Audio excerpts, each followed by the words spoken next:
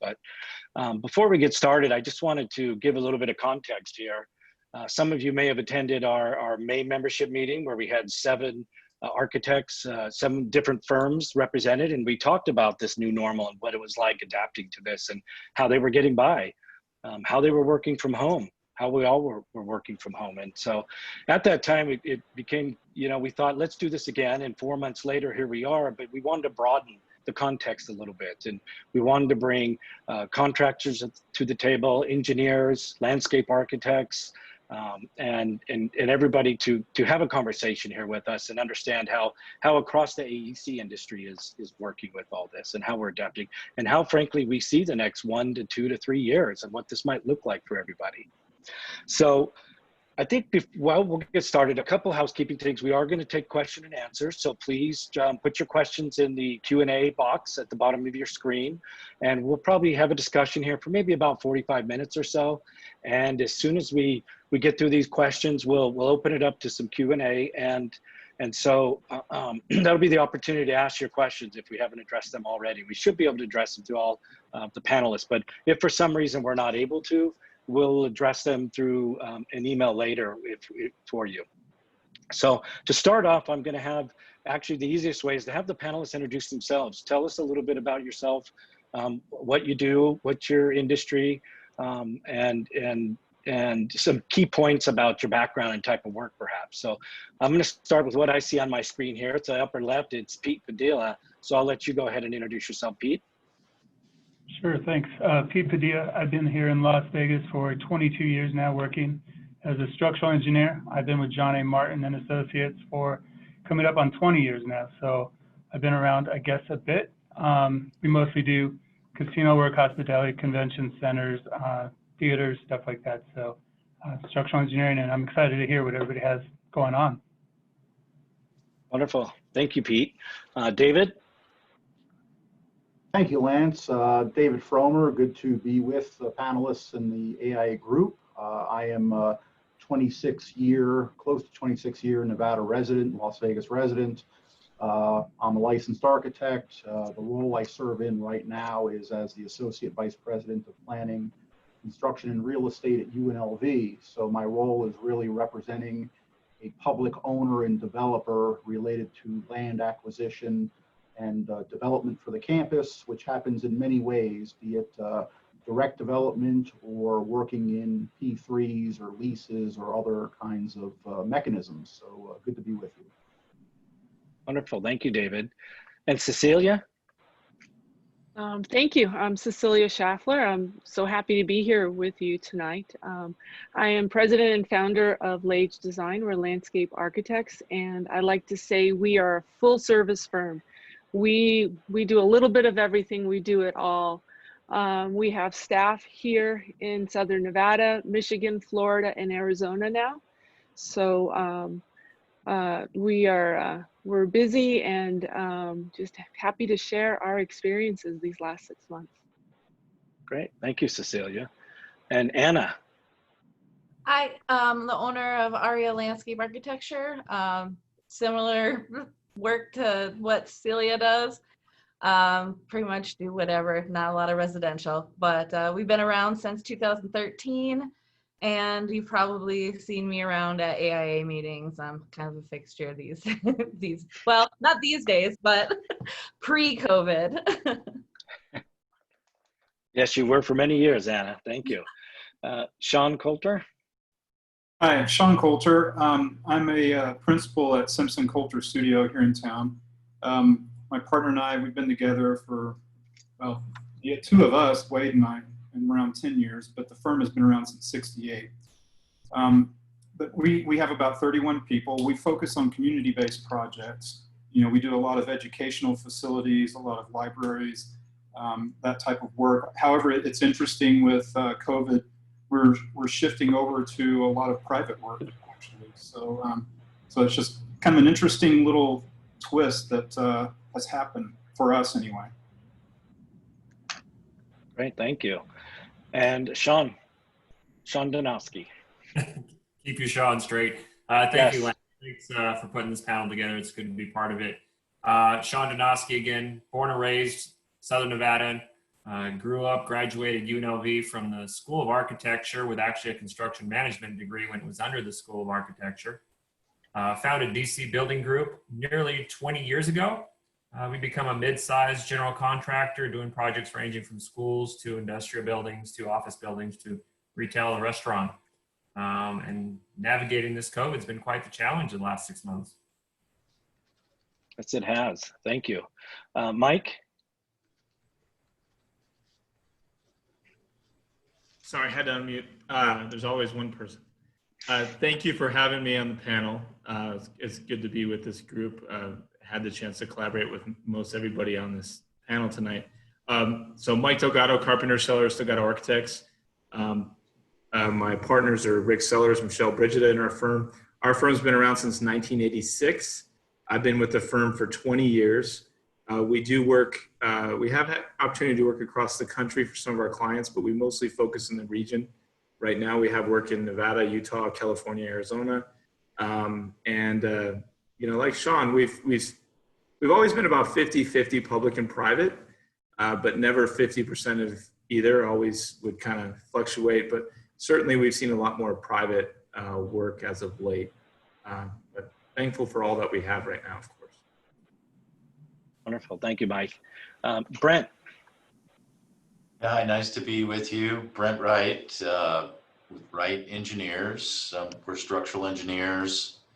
I've been in Las Vegas for about 31 years. Founded Wright Engineers in 1997. We have 4 regional offices licensed in all 50 states. We do a variety of things from multifamily, student housing, assisted living, industrial, hotel, medical, and we're fortunate to work with most of the architects in the Valley, so we're happy about that. Thank you, Brent. And Guy? Yes, like everyone else, thank you for having me on the panel tonight. Guy Martin, I'm the president of Martin Harris Construction. We're a general contractor here in Southern Nevada. I was born and raised here in Las Vegas like Sean. Choose a little different route after high school, and I'm a carpenter by trade. Worked in the field up until about the last 17 or 18 years ago, and was promoted to president of the company a little over 4.5 years ago. We've lived through a couple of recessions, some real challenging times, an acquisition, and you know, mega jobs to small jobs. And one of the key traits to Martin Harris is that we are probably the most diversified general contractor in Southern Nevada. The only thing we currently do not build are single family detached homes. And if you would have told me 2 years ago that multifamily would be 60% of my backlog, I would have told you were out of your mind. But that's where we're at today. So we are a very, very blessed organization that gets to have a large quantity of diversity and keep a lot of people and a lot of families fed.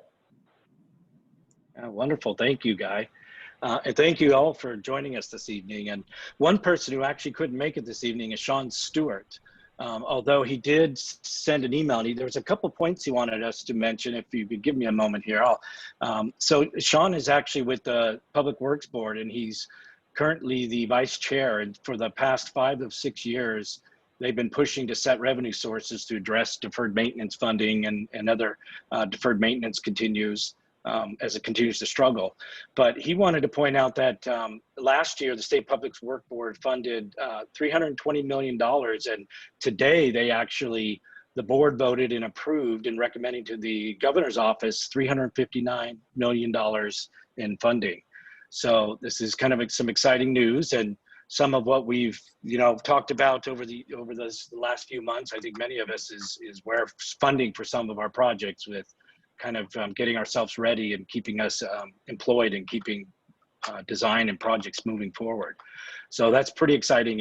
And one, I'm sure, as we talked earlier, that Dave Fromer is familiar with, and the capital improvements is going to be recommended for funding the UNLV engineering building. So that's a great step forward, and hopefully we see that move forward. So So, but again, thank you all for attending. So tonight, really, as we go through these questions, I'm hoping it's an open dialogue, right? It's something we want to be like we're sitting around a table having a conversation. So it's none of the questions are really directed at anybody, and I hope that others chime in and kind of voice their thoughts on it. And this is the idea, is to get a diverse opinions on how their different markets are doing, how their different professions are doing, and all across the AEC industry. So I'll start with the first question. And they are, again, addressed to everybody. So now that we're 6 months into this pandemic, how has the coronavirus impacted your business operations?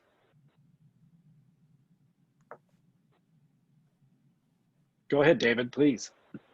Sure, thank you, Lance. I'll go ahead and start. So it's fundamentally impacted our business operations at the university and in the real estate and capital projects department. So we've moved towards a largely remote working environment, although capital projects is on site in a hybrid model because obviously it's hard to conduct design and construction activities fully remotely, but we are working very hard to keep our occupancy numbers low.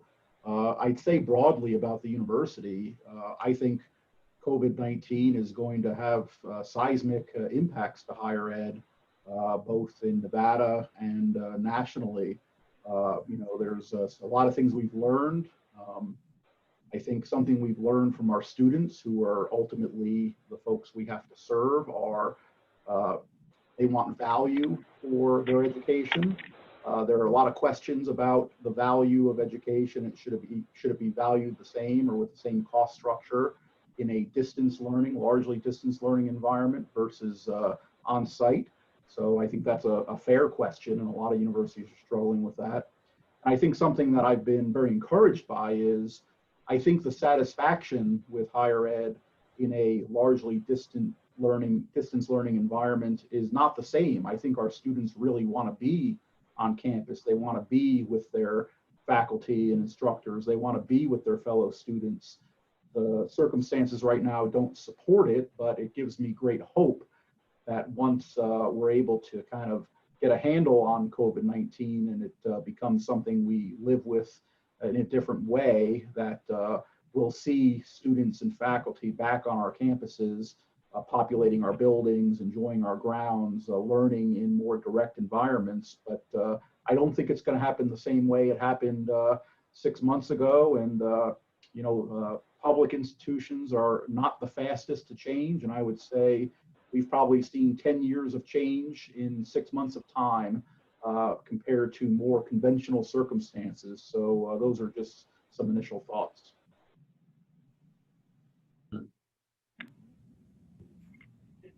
No, I How think about sorry. Go. Oh, please go ahead. I was going to say, I think for us, fundamentally, we're coming out of this more productive in our office. We've had people working remotely for a while, so we kind of knew how to do that already. And then it was just the logistics of getting everybody to work remotely. And then in June, we came back to the office. And when the COVID cases started to spike here in the Valley, we then went to kind of a staggered schedule, and made the office open and available to anyone who wanted to be here. We have a couple of offices. So I, for instance, have been coming into the office every day since June, and I can close my door. But in our open studio, in the studio, we all wear masks. And so we'll have a few people in the office. I think one of the neat things about how we're operating is that we are in no rush to have people come back to the office full time. And we think that moving forward, long term, we're going to continue with a staggered schedule. Everybody is set up and able to work from home. We've been working really well together and on our own. And like I said, I think actually our productivity has increased. And as long as this continues, and we have a few people that work from home full time, we have a few people who come in when they feel like they need to. and we have a couple people who just feel they need the structure of the office. And I think long term for us, we feel it's a benefit now that we can offer our staff that they have that option. You know, if they have a loved one at home that they need to take care of, if they're not feeling well, they can still work from home. So it's actually been a good transition for us that we think we're going to continue. I'll jump in with a little different perspective, and this evening, that's probably why I'm on the group, is because I will provide a different perspective. And Mike, I see the smile. For us, we became really focused in being the solution to the answer of how to function. We followed every directive. We followed every emergency directive. I was fortunate enough to be one of the early people invited into the governor's task force to figure out how to keep construction essential and how to keep us working. What we found with our people, and so physically here in our office, we have about 85 associates that work from our office. We don't have a low-walled studio environment like an architectural or design environment would have. The cubicle walls are over 5.5 feet tall. And so there's some logistics things. We did go to a staggered shift. We immediately went and found, as things developed, our safety department did an unbelievable job of staying right out on the tip of the spear. They figured out where how to do the ionizing treatments and the air quality treatments and the sprays and all the different things. We would close our office every Friday at 11 o'clock. We would let our building recover from the week. We would treat the air ducts and treat the work surfaces, every horizontal surface. We brought in an office porter, hired a full-time person whose job it was to wipe down every horizontal surface in the office 3 times a day. So it was pretty dramatic change. But what I will tell you, I recognized in our associates for the way we operate as a family here at Martin Harris, they wanted to be here. To just turn around and say, okay, estimating half you have to stay home, half you have to come here, and they go, we're not going to do that. We're coming in, and this is our home, and this is where we're supposed to be. And what I'm most proud of in the leadership of Martin Harris is the fact that we became that stable rock in the world of uncertainty. They could count on, I had every Tuesday and every Thursday for the first 3 months of this adventure, I had a COVID call, company-wide COVID call of more than 150 people would be on that call for 30 to 45 minutes. I had 3 trusted sources of information. I provided an update, and more importantly, I told them what our company was going to do moving forward. And they found that stability and consistency and messaging was notably absent from the conventional sources of information, and they glommed onto it. They took it, they owned it. We spent a lot of time, energy, and effort getting expert information and getting really solid data. But I will tell you that greater than 50% of the message was about not overreacting to conjecture and not creating a reaction that was unnecessary to something that was unproven. And it worked.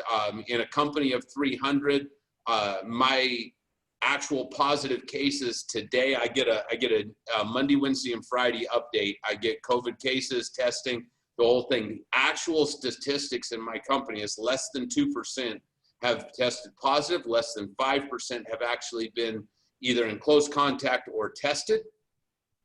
And everybody in our organization sings praises for our safety department and the leadership in our company and staying out on the front end of this thing.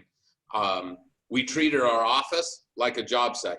So every high traffic, high congregating area where social distancing isn't practical or possible, we have an actual PPE posted, and that, not PPE, but we actually have an AHA, an advanced hazard analysis posted, and we train to it. And now that framework or that formwork is what OSHA is posting on their website as a guideline to follow. And so we worked really hard to keep functioning, and it worked. Like I said, everybody was you know, we followed all the guidelines. If you don't feel good, stay home. If you don't feel safe, stay home. If you know, and we went remote too, but I will hand it to the leadership of this company. They showed up every single day, and we went through this as a family. Oh, that's great. Ours was a little different. We're probably the smallest firm out of everybody here. So it was probably a little easier for us than it was for some of you other guys out there.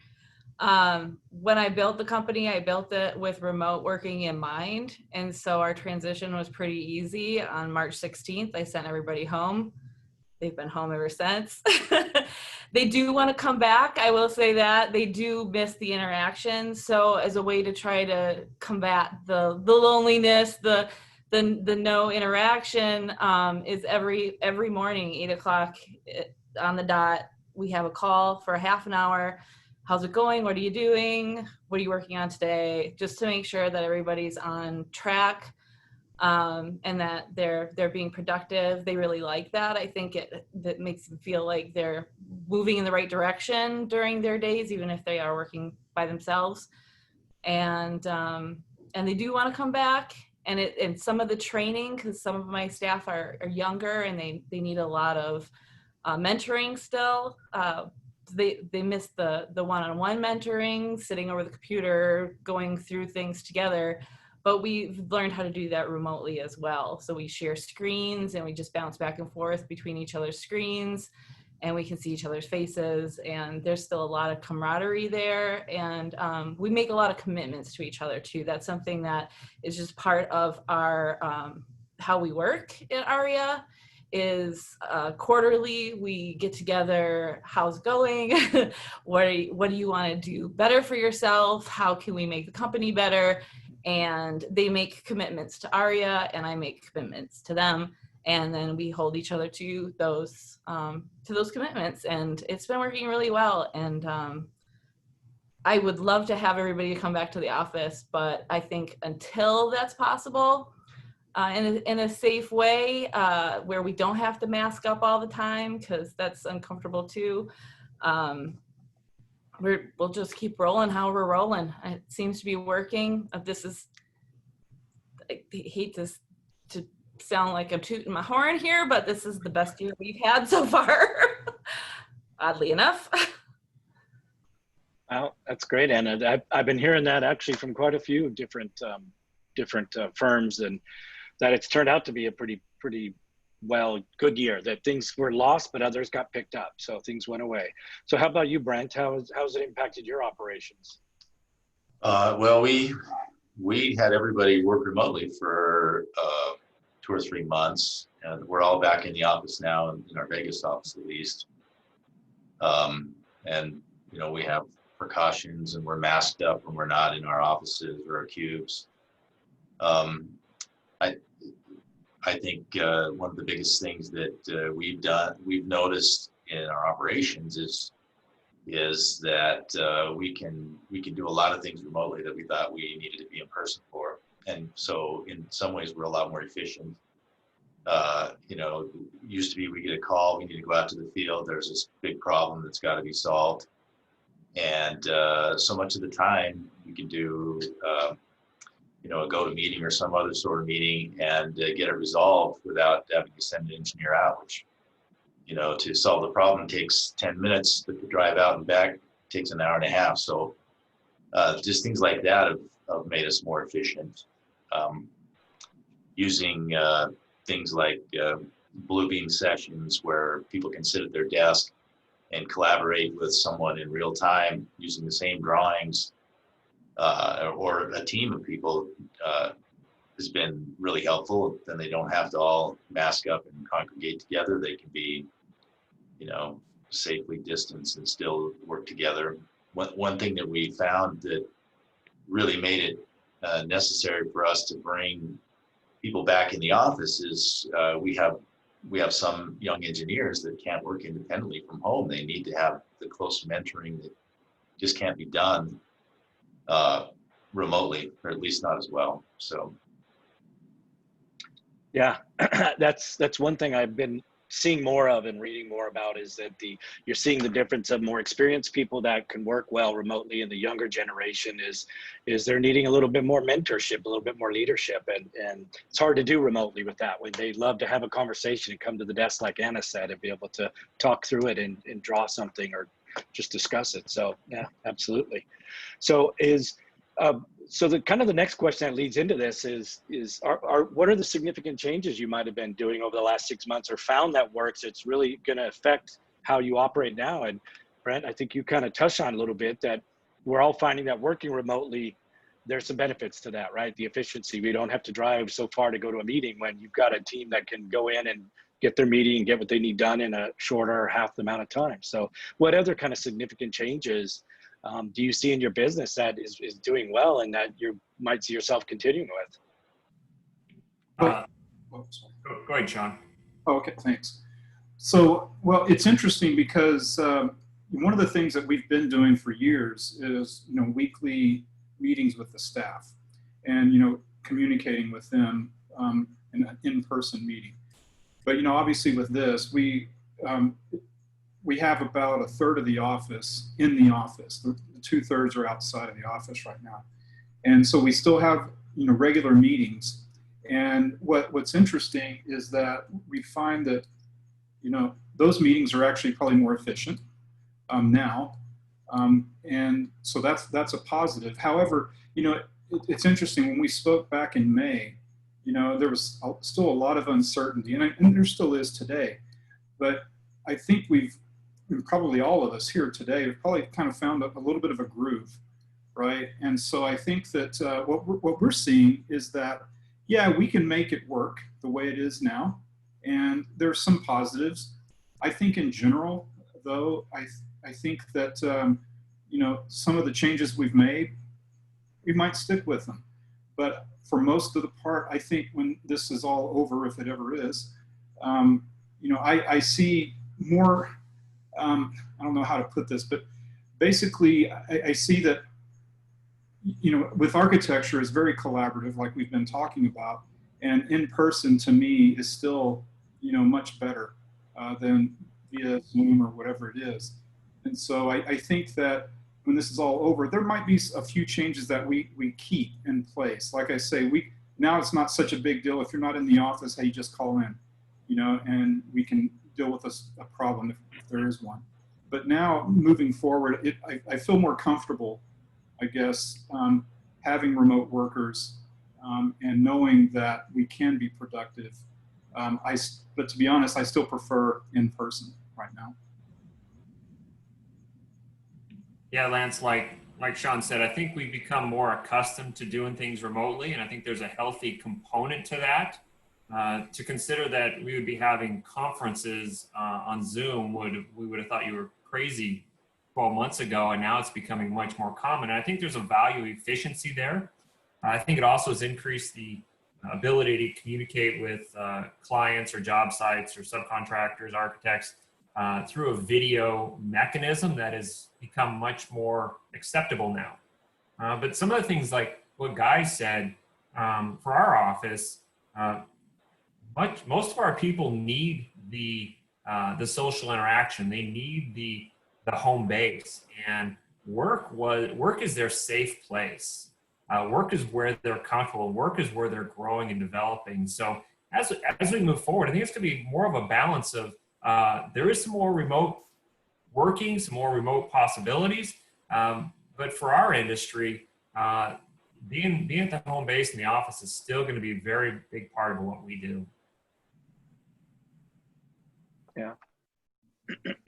Lance, I'll weigh in here as well that I think one thing I've learned is the methods may change, but the purpose hasn't. So people still need to connect with other people. People still need to collaborate. People still need to be connected to their teams, to their colleagues. The methods of how we're doing it right now are more different and varied. Some of it's in person as social distancing and masking up allows. Some of it may be using technology. Some of it may be done in smaller settings where you're not having large groups, but you're still having gatherings.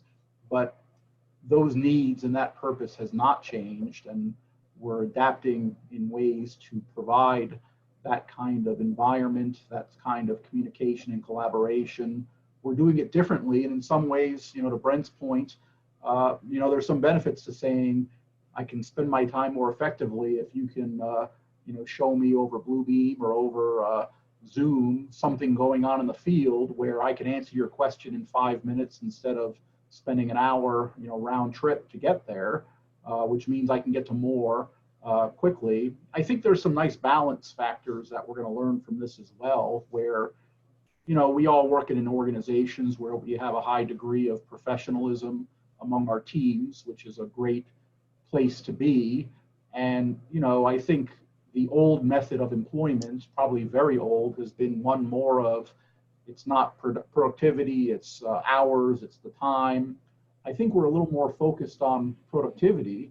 And I think we're also seeing the ability to balance productivity and what environments may be the most productive for individuals, which may be all in the office, it may be remote, it may be blended, and it can be adapted based on the circumstances of the individual and what works for them.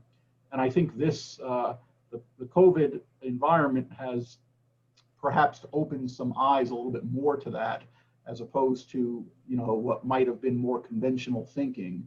And again, I'll say in the public sector, it's hard to move the ship.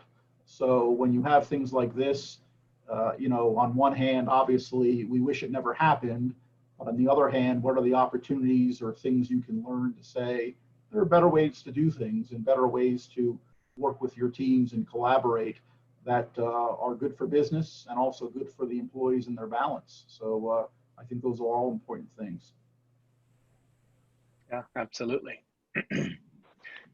So that actually leads into kind of the next question, and maybe it's more for people who have been working remotely, but how are you working collaboratively and creatively, right? We heard tonight, architecture and design is a very collaborative process and typically done with groups, and there's feedback, and there's charrettes, and there's workshops, and you get teams together. So how are you guys able to do that? Are you finding ways or tools or resources or ways to connect remotely, or have you found it just doesn't work and you bring your team together? Lance, I would say that. Sorry, Sean. Go ahead, Mike. Oh, sure. I would say we have a few projects that are in conceptual or schematic phase, and we're having to be more creative and more deliberate about how we present our process, right? And even at times sharing some photographs of our internal creative process that sometimes we may have done with the client in person to let them know the process we've gone through. So we've had to think about, okay, where you would normally have a thoughtful discussion in front of the client, you would sketch in front of them, you would bring sketch paper, you do overlays. How do we translate that to the computer to let them know that what we're showing them, whatever that end result of the meeting is, whether it's a plan or a rendering or a series of renderings or a video, it's important to let them see each step as if we weren't there when we present it, because it helps them have that buy-in. So we've had to really be strategic about how we present things. For us, it's interesting. Just literally today, we had a design presentation on a project, and the client and the project are out of state, but they actually came into the office today because we were dealing with materials. And so now it's interesting because we've actually been kind of half and half, where we've dealt with half of the project, or maybe 1 week it's all remote, and then the next week it's in person. And so we're finding that we haven't found a good way to sit down with a client and present materials to them. That to us, or to me, is the most difficult part to do remotely. And so we still, right now we're still doing it in person. And so it's an interesting process that we're going through. But the client even wanted to do it in person, because they want to see, feel, touch, the material, and really understand it. And it's like, I don't know any other way to do that until we come up with teleportation, I guess. So. Yeah. Anybody else? I know, Cecilia, you mentioned you've been in your office for a while, but have you found ways to work with clients and your team remotely to be creative? Yeah, absolutely. I think we've completely embraced every technological tool that we can. We are on Bluebeam, and so that makes it easy to collaborate. But then at the same time, we meet here in the office, and like I said, you know, we've got this kind of staggered schedule, and if somebody needs to come in because we need to figure something out, you know, we come in and we sit around the table together, and I'm old school. I still hand draw a lot of stuff, and so that's very helpful. You know, everything we do, or just about everything we do, happens outside. So that has been easy with clients to meet out in the field with them. And you're talking about materials. I mean, we'll do a mock-up out in the field, not too different than what we used to do before. So that's kind of easy. And with plant material and that, some aspects of what we do for us haven't changed. You know, when we get a truckload of trees, you still go out there and inspect them. You know, we're outside, we're socially distant, we wear masks, you know, just like we wear a hard hat and a vest, right? So that it's actually been pretty smooth for us. We do actually interact with clients more than we did before, because it seemed like, oh, you know, we have a meeting coming up this week. Well, we don't have to wait till that meeting this week. You know, we can do a quick team session or a Zoom session or whatever platform they want to use. We're happy to accommodate. And so we are actually finding that we are interacting more with our clients and with the other consultants on the design teams that we are on, because now we have access to all of this technology, and it's easier to share things, and it's easy to have a 15-minute Zoom session and share a video of, you know, a visualization or do whatever it is. It's been kind of nice to see how flexible we can be and how resilient we are, and we're just kind of figuring it out. Yeah, that's great. We've been, these 6 months have taught us a lot. Like David said, you know, in 10 years you had to relearn or find new ways within 6 months, and I think we've done that. So this is great. Anybody else? Any creative ways? I know from the construction side, it's clear you guys have been, you know, obviously needing to work together and be in the same place. And has anything changed for the job site type, or you know, being creative or collaborative that way, or is it really just kind of masks and keeping socially distanced? We've also gotten used to getting on video calls too, with contractors getting out on site. Just kind of following up on everybody, we've been fortunate to spread out in our office, so we've been fortunate with that, but learn from everyone else and collaborating on Bluebeam or Zoom or whatever else, become a lot more efficient and more comfortable using the technology, where we probably wouldn't have done it before. We would have met out on the site, gone to meetings. So now it is, you know, you're saving some time. I don't think you'll ever replace the in-person interaction that you can do, but when you can't do it, it's nice to now feel comfortable being able to get on a Zoom call, use Bluebeam, have a video chat, and interact that way now that we kind of have to do it. Yeah. I think out on the job site, the biggest thing that's changed is the quantity of training that goes on. You know, in a nutshell, the requirement is masks, where social distancing isn't practical or possible. And now OSHA has come out and said, well, masks are mandatory no matter what. And you know, the unique thing is in early March and through April, everybody was focused on the 4 mega jobs. And candidly, to our industry, those 4 mega jobs had zero risk or liability to shutting anything down in our industry. It was going to be the strip center that was getting built, the office building, the tilt warehouse, because on those mega jobs, you have almost an unlimited quantity of resources to get the information out. And so, you know, all of the physical and different requirements from masks to hard hats to separations, all of that stuff was easy. Sorry, my dogs are fighting in the background. Hey. So that's another option is I do have 2 comfort dogs that come to the office every day. So it's been quite fun. But the big thing was the mega jobs were never really what put our industry at risk. And 6 people that were on the coalition that worked with the governor's office, Martin Harris was the only company that worked out of the hospitality sector. Everybody else was on a mega job. And candidly, I had my seat at the table because we're part of the joint venture that's doing the convention center. And I understand that, but we were the only ones bringing the perspective to the table. And I used to, not even jokingly, seriously say that it was the nozzle guy on the plaster crew on the outside of the Del Taco that put our industry at risk. It wasn't the 3 guys hanging sheetrock at the stadium. That wasn't it. And that was a hard thing to grasp. But once the Attorney General and OSHA and everybody kind of got it, then we started using mechanisms that were already out there as far as the job hazard analysis, the training, the federal OSHA guidelines. We were able to start using some of those guidelines that were already out there and being able to put those in place once the perspective got adjusted. So that was a big hurdle for us, was getting the perspective of the state to understand that the big jobs are going to do what the big jobs do. They always do.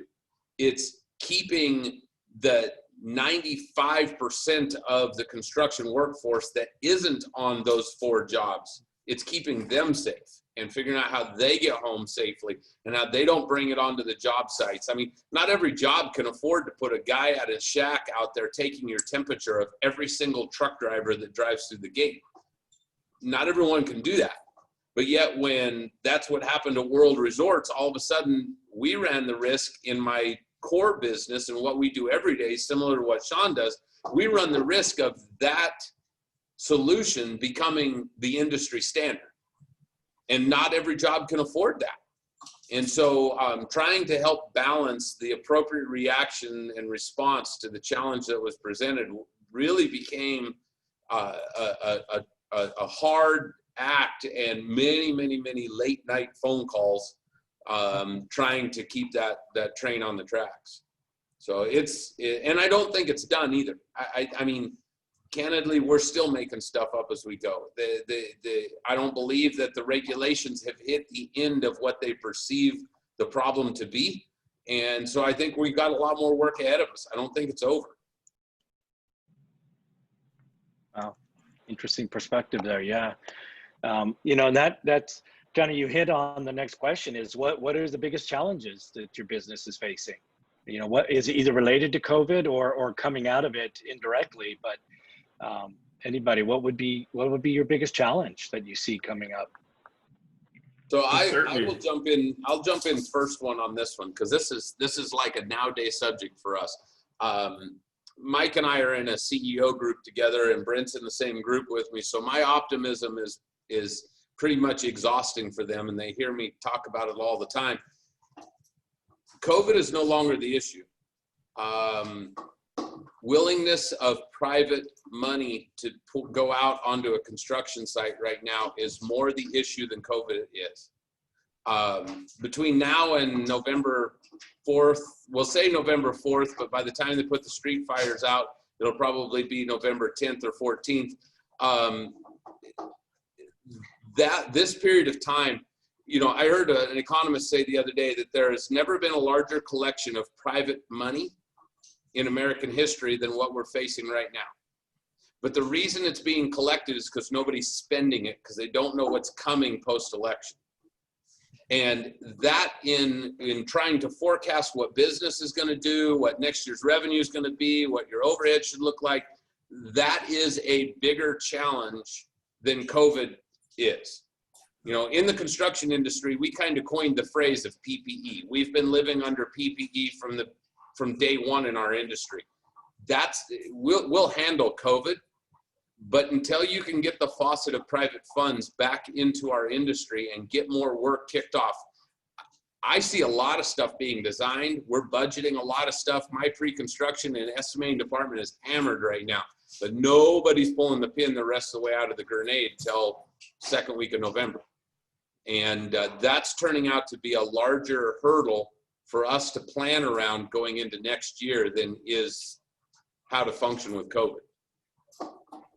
And Lance, I would offer from the university's perspective, drilling down specifically into capital projects, which is probably of the greatest interest to the panel and the membership. We're dependent on a few sources of funds for our activities. Certainly tuition and student fees, which some of those are challenging.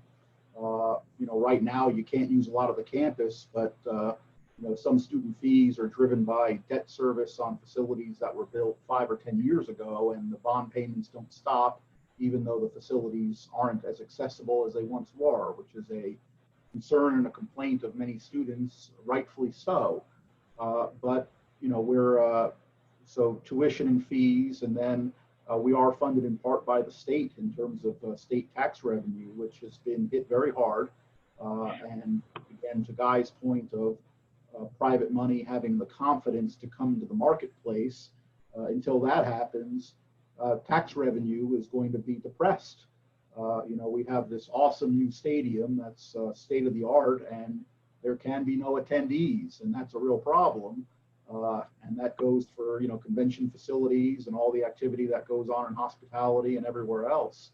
So, for context, UNLV took a state budget cut of about 23%, which is significant, hard to adapt to. So we've had to tighten our belt significantly. That includes the loss of some funding for capital projects, and then all of the ancillary items that happen on a campus, people parking. That demand is very low right now. People living in residence halls, that demand has softened. Food service and all the other business lines that happen on a campus, all of them are very soft right now. Until we get to a point where our campuses are occupied to the level that we're used to, and other services are performing at a level that's more aligned historically, I think it's going to be a challenging environment going forward. And it's, obviously in the state budget, there's a lot of tough choices that need to be made. And, it's unfortunate that sometimes capital projects, which are very important, are the things that are the easiest thing to cut in a short-term financial crisis. And I think we've seen some of that. And that's one of our biggest business risks, which I understand flows down to the construction and the design community, and even the operating community beyond that. It's a kind of a domino chilling effect that we hope will reverse sooner than later.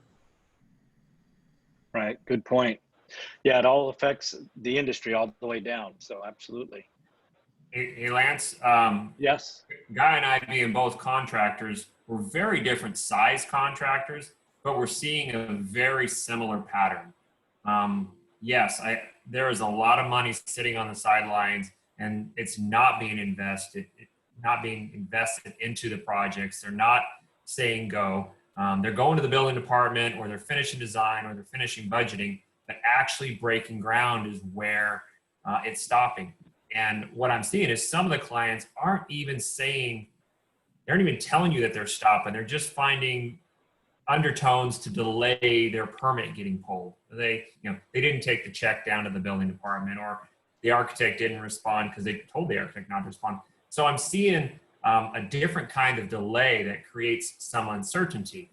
So I think we're battling that in the private sector. But the public sector, somewhat how David was talking, is I think we have a big tax revenue problem, and the state, the county, the cities aren't sure what kind of money they're going to have to spend. And that's going to put a delay and an impact on our infrastructure, on our public facilities, on the maintenance and the upkeep. And I'm not sure what that looks like. So it is encouraging that there's money out there, and it is encouraging that we're designing projects. They're not moving dirt, or they're not starting. Very, very few are proportionately. There are some out there, but proportionately I'm seeing them stop. Right. And I'm not sure what Guy's books look like, but my backlog is burning off a lot faster than the new contracts are coming in. Yeah, Sean, I would say too that it's not just that they're pulling the plug or delaying after design. We've seen a lot of projects that everyone is gung ho and then the design is stopped. So I think it's happening across the board. And really the biggest challenge that I see for people that are firms that have mostly work in the private area is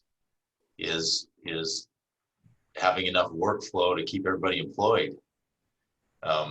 You know, we've been really fortunate to this point, but you know, whether or not we continue, it seems like everybody's hoping that somehow in November something will change. I mean, I hope something changes, but somehow people have to get over the reluctance to, like Guy said, pull the pin out of the grenade. I guess I don't have the creative vocabulary that Guy has.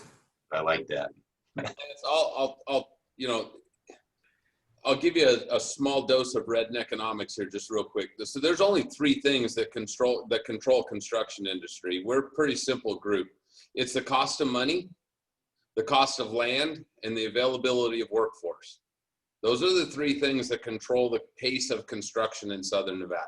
That's the way it's been in my whole career with Martin Harris. This is my 38th year. Though one of those, you can have one of those three things get out of whack and stuff will still get built. Two of those three get out of whack, things won't get built. Everything comes to a sliding stop.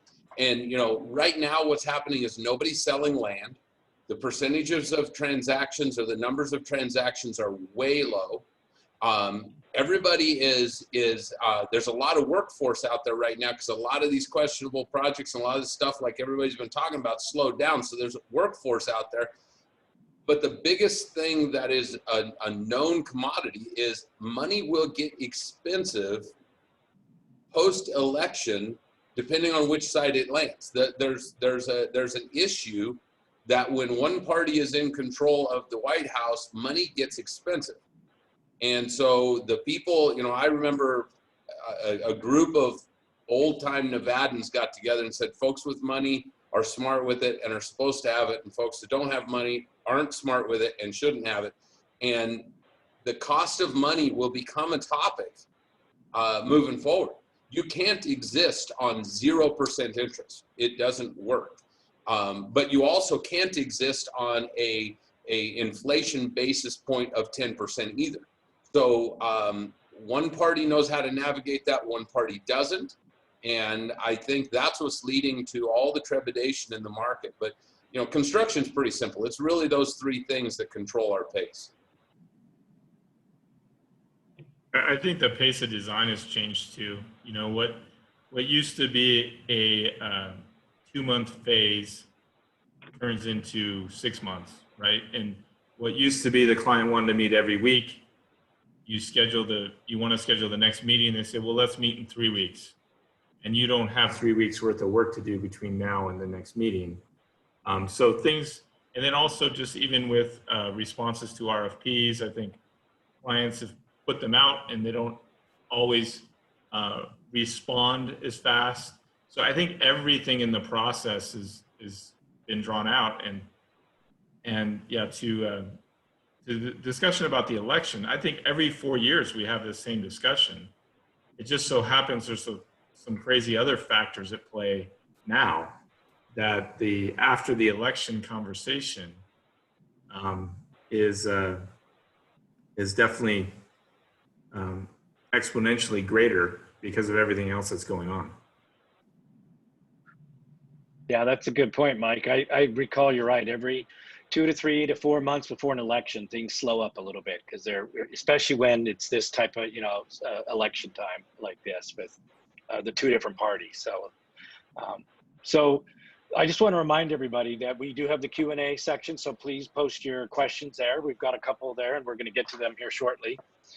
So The next question is, according to the AIA's ABI index from July 2020, the most recent one that's been published, it says that they've been beginning to show signs of stabilization, particularly in the Western market. I think the Western part of the region of the country is doing better than other parts. And so are you guys seeing the stabilization? Are you feeling that more confidence coming on if you've been following the ABI?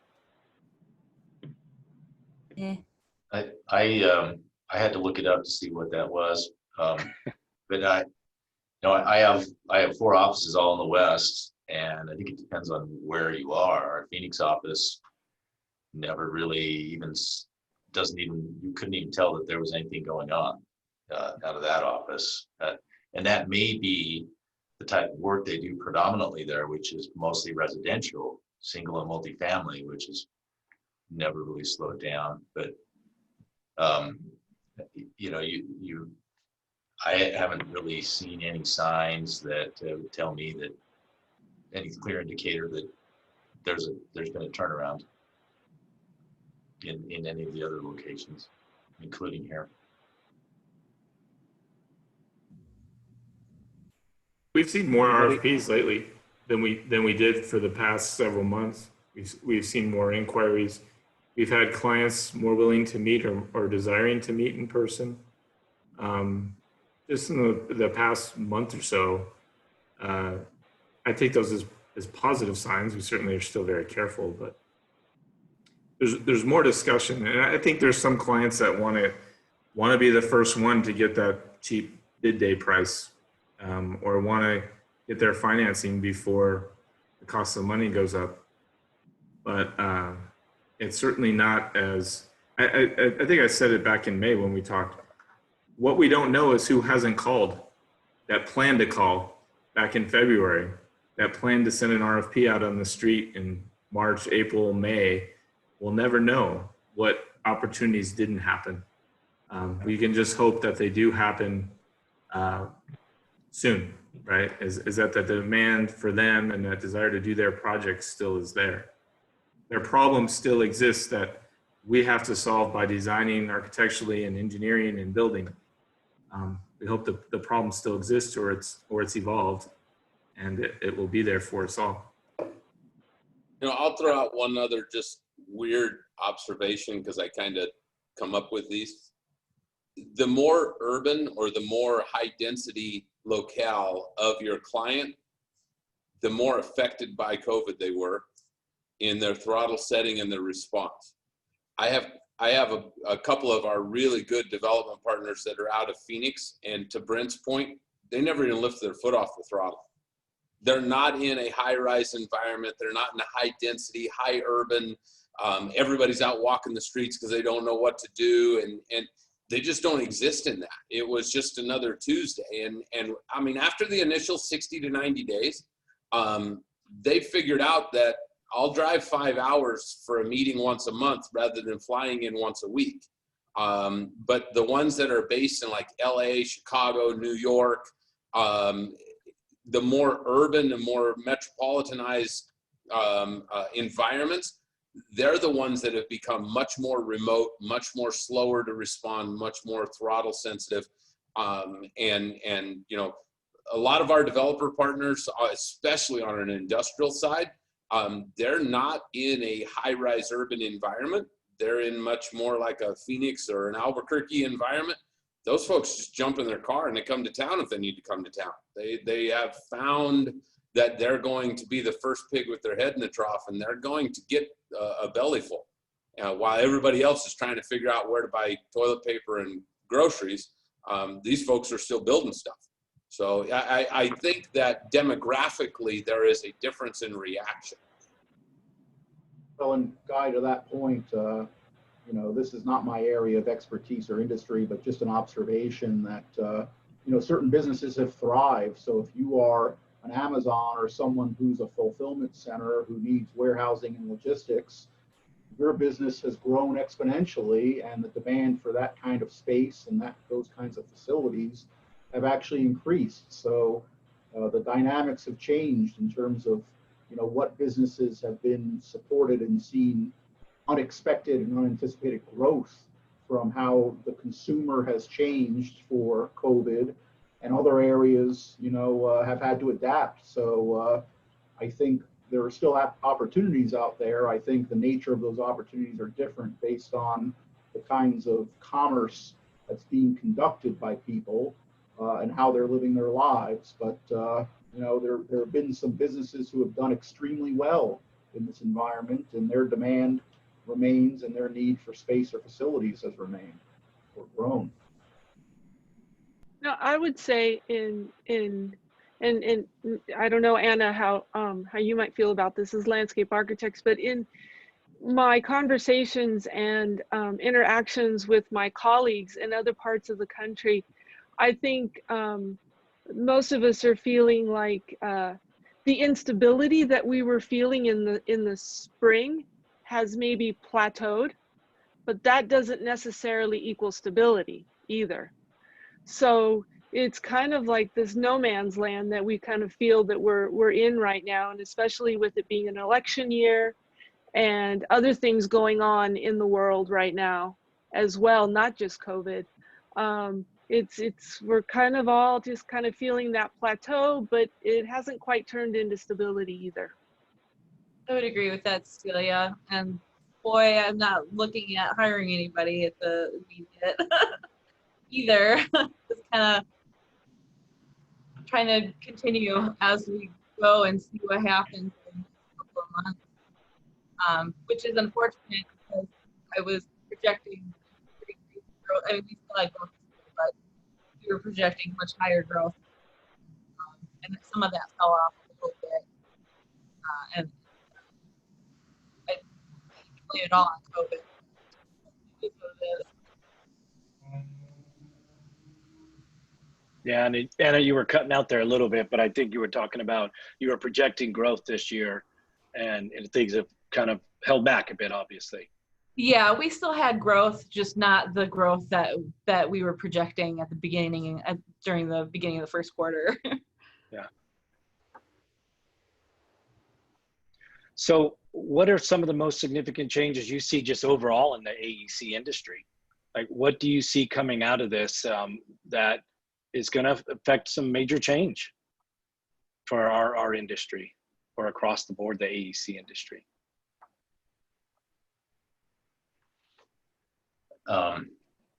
I think in construction, you're obviously still going to have boots on the ground, but I think one thing that many of us have learned is that in design, you don't necessarily have to have that, and this may be an opportunity for us to maybe expand our footprint geographically beyond where we may have thought we were confined, because with the tools that we've developed being sequestered in our houses or our office for the past 6 months, I think a lot of us realize that it doesn't matter if the project is here in Las Vegas or if it's on the other coast. It really doesn't matter for a lot of what we do. And so I think that's one opportunity that I see is we can expand beyond where we normally may have thought we were limited to. Yeah, that's a good point, Brent. And I also see it where we have more potential to hire outside of the valley, and have more remote workers, truly remote. And now it's interesting because we actually had one employee that was already, before all of this happened, was already out of state, and that was working really well. Now, obviously, it depends on the position, that we're talking about, but I do see that as a positive coming out of this, is that now I know that I won't be quite as hesitant to consider somebody from out of state, and let them live wherever they're living. So.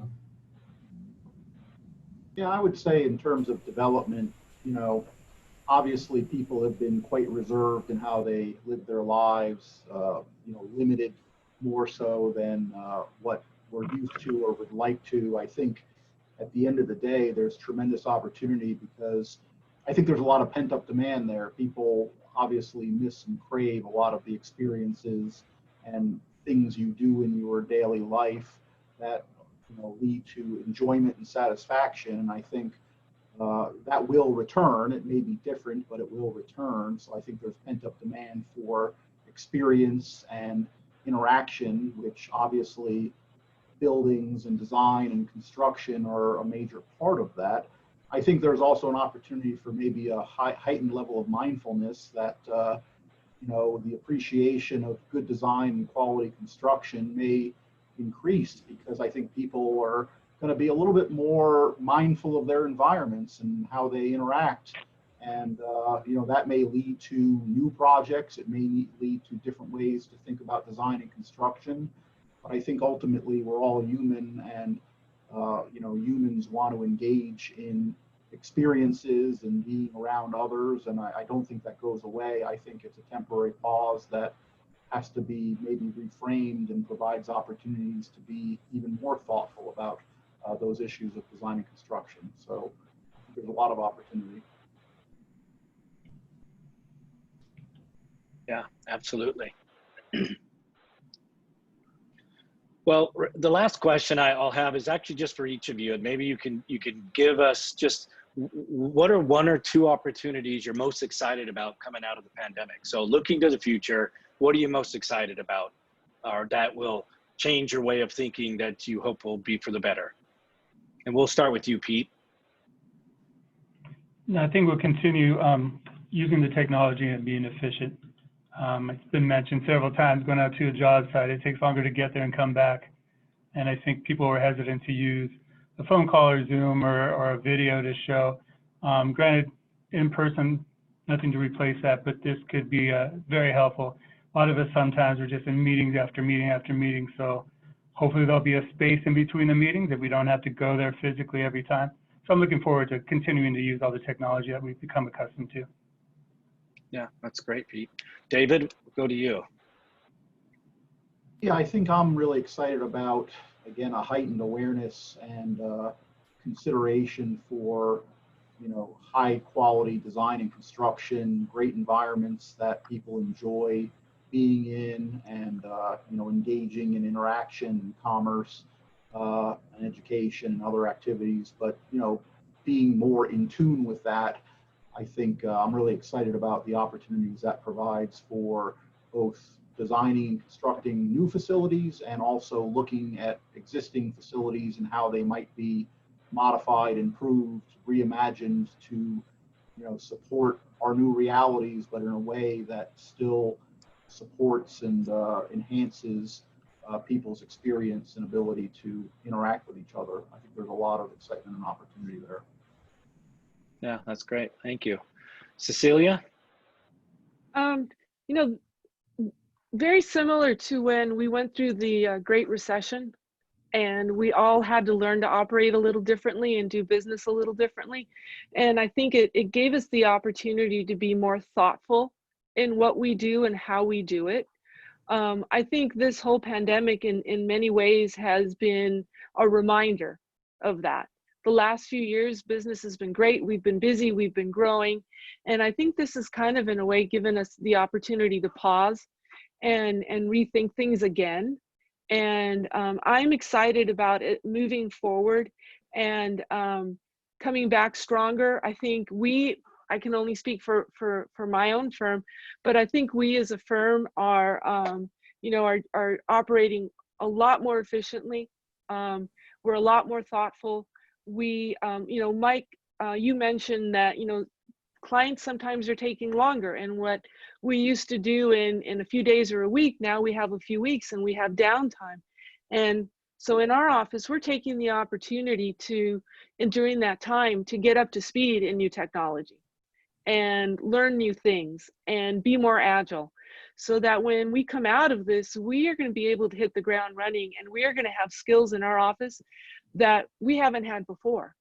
And we are happy and eager to share that, and you know, continue to always provide our clients and everything we can, and always in the best interest of the project and the client, you know, just give the highest and best service we can. That's great. Thank you, Cecilia. Anna, we'll go to you. Mind repeating the question one more time? It's sure. No, what are you most excited about? Yeah. what are you most excited about coming out of this pandemic? Oh my gosh, seeing people in person. I'm a hugger and this is just excruciating. I miss interaction so much. I think I'm really excited to get everybody back in the office. I mean, we've been doing really well with the remote learning, and it's really launched our remote abilities throughout this. I mean, we've always kind of set it up that way, like I had mentioned previously. But I think this brought us up to a whole new level of how to coordinate with each other without being face to face. So that's really great. The other thing that was kind of an unintended, I guess, learning curve. Never thought I would have to navigate emotional staff who are dealing with a pandemic on top of social unrest, on top of political craziness, and we are people working together, and so there's a lot of the internal stuff that we don't talk about all the time in our field, but it affects us all so much. So being able to have those conversations in the office and making it safe for staff to have those conversations in the office, and I think really brought us together, which was not really what I thought was going to happen during the pandemic. But, I really feel that the staff that I have, and part of that is navigating those external emotions that probably wouldn't have had anything to do with. You're kind of breaking up again, Anna, that last part. Sorry. I don't know where I cut off. I was kind of going on and on for a while. But navigating your staff's emotions, essentially, because it's Gotcha. extra intense right now in some cases. And people are getting burnt out easier emotionally because they're just getting bombarded constantly with. So how, as a leader of an organization, can we help them navigate that so that they do stay productive and happy in their job? Right. Yeah. I see where you're coming from. Same thing. There's some people that work alone and they might live alone, and it's hard for them because they've been in constant, solitude for themselves. And so I can imagine. Thank you. So Sean Coulter, how about you? What are you most excited about coming out of this pandemic? Well, actually, like a lot of people said already, is just the social interaction, I think, is going to be huge moving forward. But what's interesting too, though, is not being afraid of technology, right? And I think, like Pete mentioned it earlier, dealing with I think meetings are going to become more efficient, and so not having to go out to the job site, spending that hour of drive time. I think that's going to be a positive. I know that our meetings with clients now are so much more effective and efficient because it is on Zoom a lot of times, that there's just more efficiency coming out of that. So I see that continuing forward. And also, like I said earlier, the ability to, for me anyway, not being afraid or hesitant to look at people, hire people outside of state. Potentially. So not that we necessarily want to do that, but it's an option for us. And so I think that all of those together, I think, will be really interesting moving forward. So. Yeah, great, thank you. And Sean? Sorry about that. I think when we go through challenging times, we become stronger and we become better. So as we recover, there's going to be a new way to do business. There's going to be a new way to do design, new way to do construction. I don't know what that looks like, but I'm excited for something new, for us to figure out how to be more innovative. We've all talked here about how we meet with our clients and how we travel more or less, or we're more efficient because we're not spending a half hour driving across town to go to a 30-minute meeting and a half hour driving back. So I think it's going to change a little bit to how we do business. But I'm concerned on how quickly we may or may not recover. That's yet to be seen. Yeah, good question. Thank you. And Mike, how about you? What are you most excited about? being with people, clients, friends, family. But the first thing that came to mind, because most of what I would say business-wise was already said, the first thing that came to mind was coaching Little League Baseball again. Doing those things is what I miss most, and so we got to hurry up and get there, because that time frame for those things you do with your family and your kids only lasts so long, and so let's all get healthy. Yeah. Mike and I, we'd bump into each other every now and again at a Golden Knights game or something. And so that kind of thing I miss as well. You're right. Yeah. Being around people and teams and groups of people. And so, and Brent, how about you? I think we're all going to come out of this more efficient and doing things maybe a little smarter than we were before. But I miss sports and all those things too. But honestly, I think the thing that I'm looking forward to the most is just getting back to prosperity. We started this year was, white hot. It's going to be an awesome year. I think our industry was just unstoppable, and then this hit, and here we are today. So, I'm looking forward to the day when they take the restriction off businesses, they open up the country, and get out of our way so we can get back to prosperity. Yeah, well said. Thank you. And Guy, we'll end with you on what you're most excited about coming out of this pandemic. So personally, what I'm most excited about is the fact that my family's learned how to tolerate one another really, really well. And I hope that continues to happen. I'm going to be a grandfather in about 3 weeks. And so I'm hoping that my family continues to pour into one another and just, love on each other, and that the minute that the doors do open back up, they don't just go back to their lives as separated as we used to be, and we can keep that pulled together. Professionally, what I'm most excited about is that through all the challenges that we've faced since the 1st of January, not just the ones grabbing headlines, our company's core values have stood strong. They've been tested, they've been called into question, they've been stretched and pulled in pride in more ways than I could imagine right now.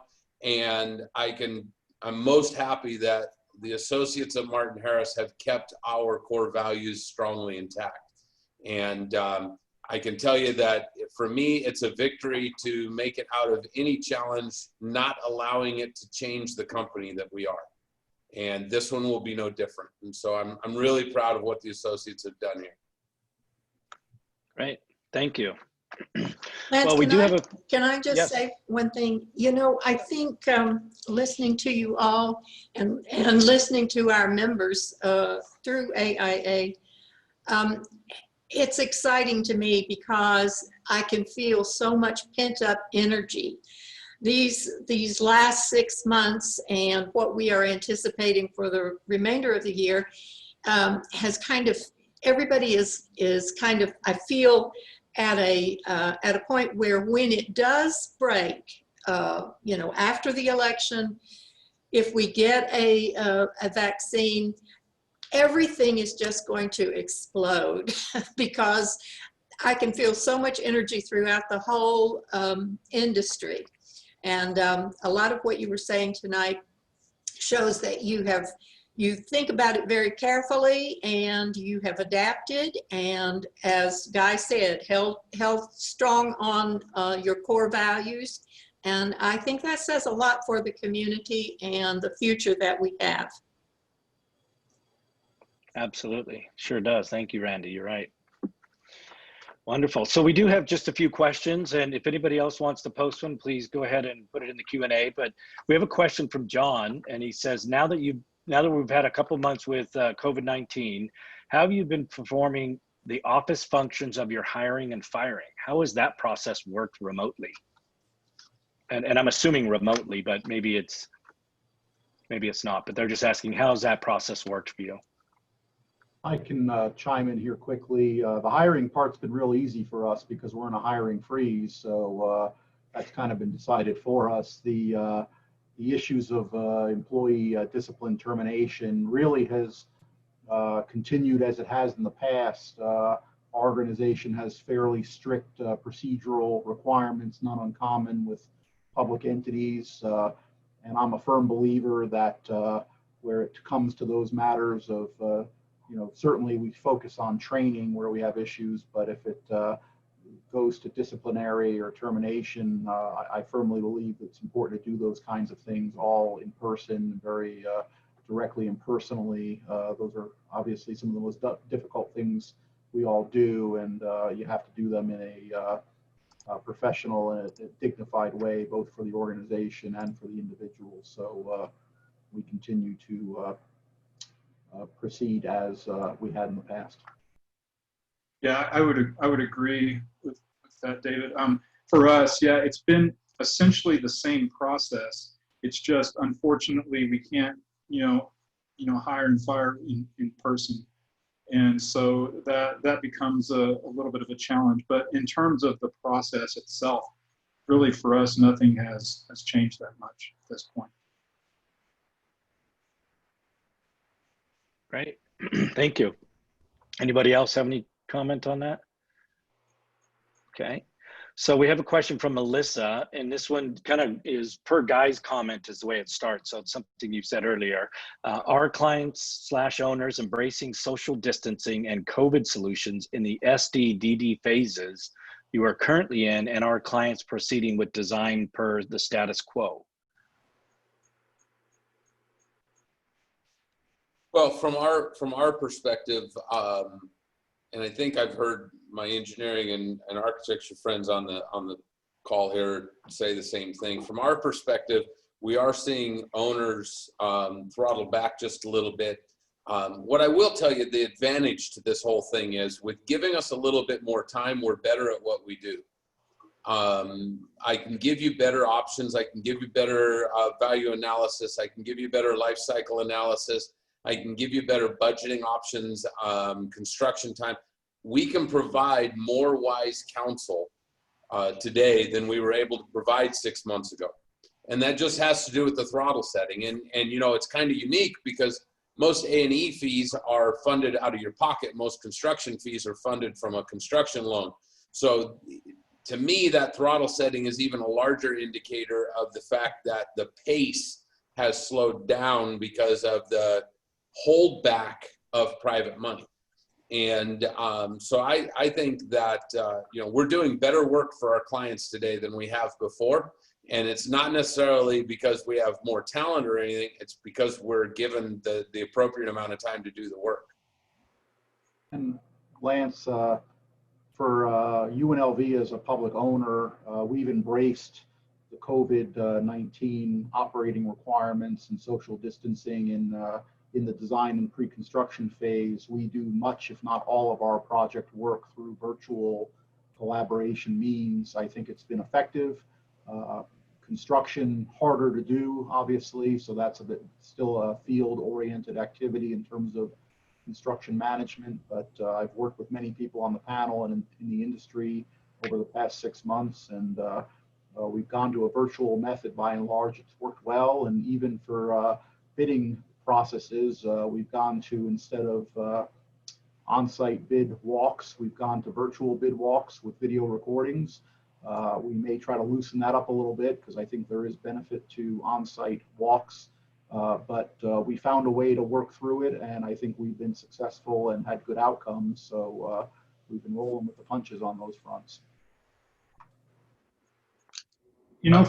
From a design standpoint, it's interesting. We have some clients that, it hasn't really changed the design side of things for them. And then we have a few where we've made very minor adjustments to our designs based on COVID, and trying to deal with social distancing and all of that. But for the most part, for us, there hasn't been a lot of kind of change in the way we approach design throughout all of this. So I thought that was interesting because I thought at this point we would have clients that would be requesting, much more robust solutions to social distancing, things like that in open spaces. But we haven't really seen that much of it yet. I would say, in my experience, most people have not embraced it. They have reluctantly acquiesced with some level of annoyance, but are doing it because that's what they're required to do. As far as dealing with the COVID masking up and distancing and all of that. Yeah. In terms of in the field impacts, you know, our office has been the department responsible to retrofit areas that are customer service oriented or close quarters and putting COVID separators, plexiglass, dividers. We've approached that very in the mindset that whatever we put in, we've put in so that it can easily be removed without damaging existing facilities, because, you know, again, we hope this is temporary. If not, we do it at a quality where if it were to stay, and maybe the transaction separation actually benefits, you know, general procedure in terms of having a security barrier if there's cash being exchanged and it wasn't there before. We've you know, modified spaces, but with the idea that we hope that we can return them to their original configuration when this is less of a concern.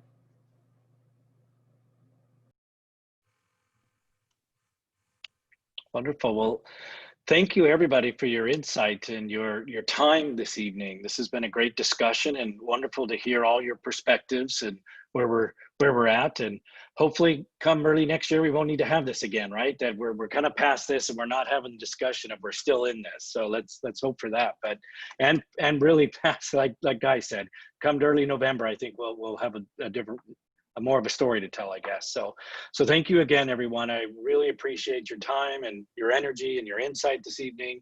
What last I'd like to just let everybody know is on the call as well. Our next membership meeting is October 21st. We'll be doing a virtual meeting.